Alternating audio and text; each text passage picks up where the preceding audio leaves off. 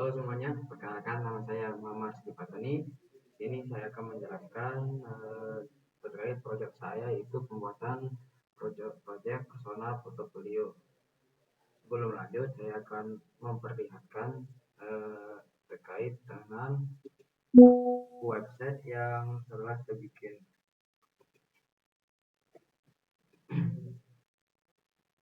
Nah, di sini saya menggunakan tema yang namanya draft blue. Kemudian ada perpaduan dengan warna biru laut, dan di sini ada perpaduan dengan oranye, aksen oranye. Dengan selanjutnya di sini ada navbar, tempat melihat apa saja yang ada di website ini. Ini ada beranda tentang skill, proyek, dan pengalaman dan kontak. Nah, selanjutnya kalau kita scroll ke bawah, ini menunjukkan tentang biodata saya, riwayat pendidikan, dan apa saja tujuan saya. Nah, di scroll ke bawah lagi, di sini terkait dengan skill-skill apa saja yang saya bisa. Di sini ada basic HTML dan lain-lainnya. Ini menggunakan kartu untuk skill technical skill. Kemudian di sini kemampuan teknis saya menggunakan bilah presentasi, dan di sini scroll ke bawah lagi terkait dengan project apa saja. Di sini ada Figma buat desain, pengembangan web menggunakan HTML, dan pembuatan database menggunakan Excel, dan project portfolio. Dan scroll lagi, di sini ada pengalaman kerja, anggota OSIS, saya pernah menjadi anggota OSIS, dan itu lebih jelasnya bisa dikunjungi. Nah, di scroll ke bawah lagi, di sini ada sertifikat penghargaan yang saya dapatkan sebelum selagi masih di bangku sekolah. Nah, kemudian terakhir di sini ada kontak. Nah, di sini saya mencantumkan 3 media sosial saya. Di sini ada Facebook, Instagram, dan TikTok. Dan di sini saya juga mencantumkan lokasi tempat saya tinggal di sini. Dan di sini jika ingin berbincang-bincang dengan saya atau mengobrol santai, bisa mengirimkan pesan lewat sini. Ini tinggal menginput nama, email, subjek, atau apa yang ingin kita diskusikan, dan di sini ada pesan, dan terakhir kirim. Untuk selanjutnya, saya akan menjelaskan struktur proyeknya.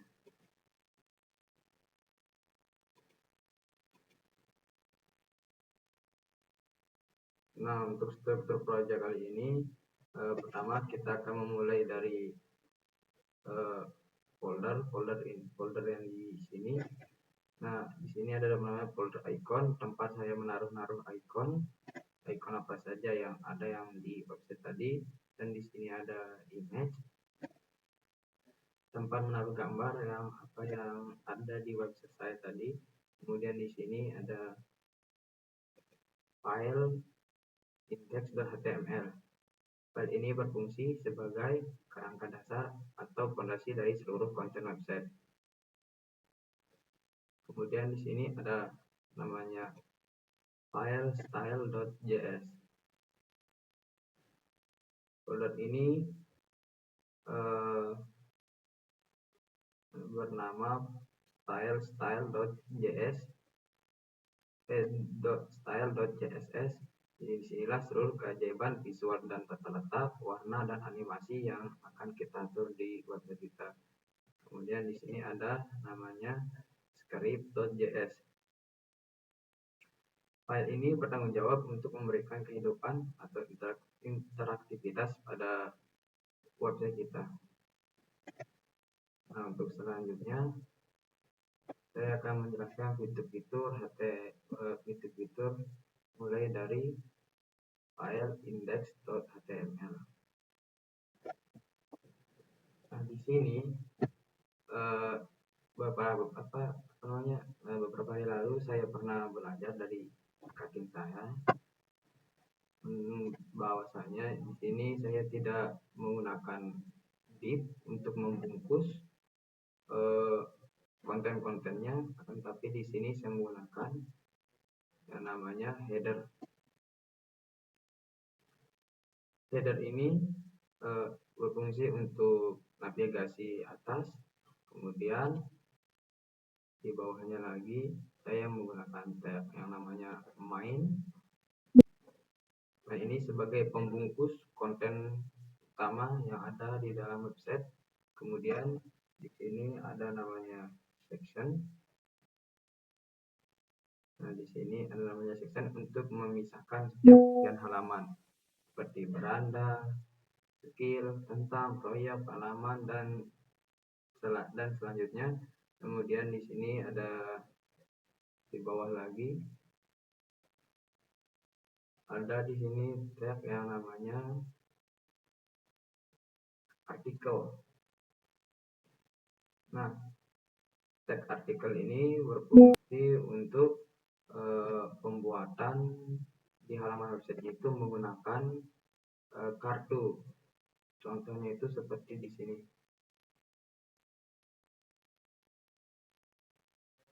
Nah ini di sini kita membungkus isinya itu menggunakan kartu. Nah, kita scroll ke bawah lagi pada bagian paling bawah. Ini saya menggunakan yang namanya itu footer. Footer ini berfungsi untuk membuat halaman garis di halaman paling bawah, dan ada yang kita cantumkan mungkin seperti hubungi saya, email atau kontak. Nah, kalau di saya di sini saya menaruh ini dia contohnya footer yang ini. Ini ada beranda, skill, proyek, dan kontak. Dan di sini ada nama saya, tahun. Di sini ada penjelasannya dibuat dengan apa.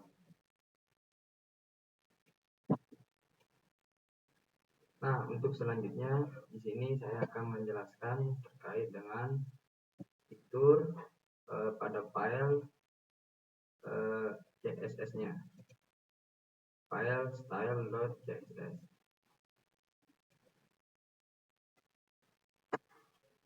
Fitur ini adalah andalan pertama yang saya gunakan di sini adalah CSS custom properties atau CSS variable yang diletakkan di dalam fungsi root. Root itu saya bilang folder. Di sini saya mendefinisikan variabel yang berwarna latar belakangnya itu ini root ini di sini ada warna-warna terkait dengan latar belakangnya,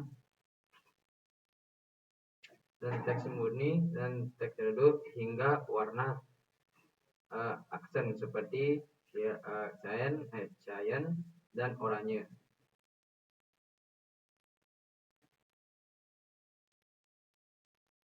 Saya juga membuat variabel untuk border radius dan bayangan box shadow dengan sistem variabel.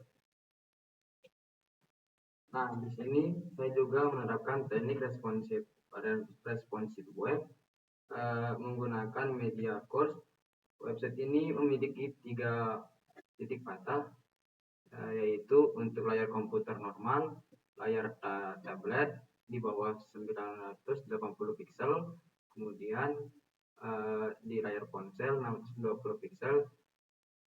Jika dibuka di HP, susunan grid otomatisnya berubah menjadi satu kolom, dan menu navigasi atas akan disembunyikan lalu digantikan oleh tombol top hamburger menu.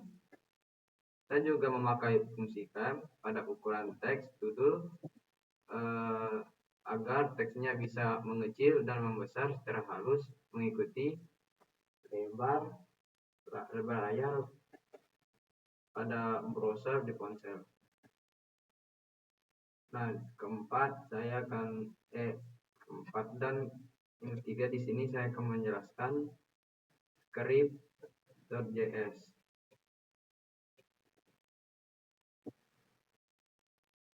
Di sini ada beberapa fitur yang saya buat.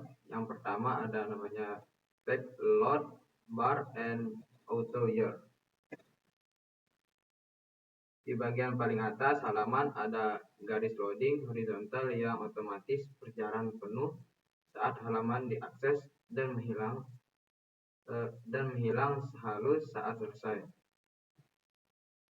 Dan diputar di footer tadi, di sana ada terkait dengan tahun, juga dibuat dinamis menggunakan new date, get full year, sehingga akan selalu terperbarui otomatis setiap tahunnya. Seperti tadi di tahun 2006, maka tahun 2027 akan mengubah dirinya secara otomatis. Yang kedua ada navigation, scroll, spy, and smooth. Saat kita melakukan scroll melewati section tertentu, JavaScript akan mendeteksinya menggunakan fitur canggih yang bernama Indexer Observer. Begitu mendeteksi sebuah section masuk ke area layar, dia otomatis menambahkan kelas aktif pada menu navigasi yang sesuai. Setelah itu, efek klik menu juga dibuat meluncur halus dengan menghitung jarak-jarak tinggi navbar agar konten tidak tertutup.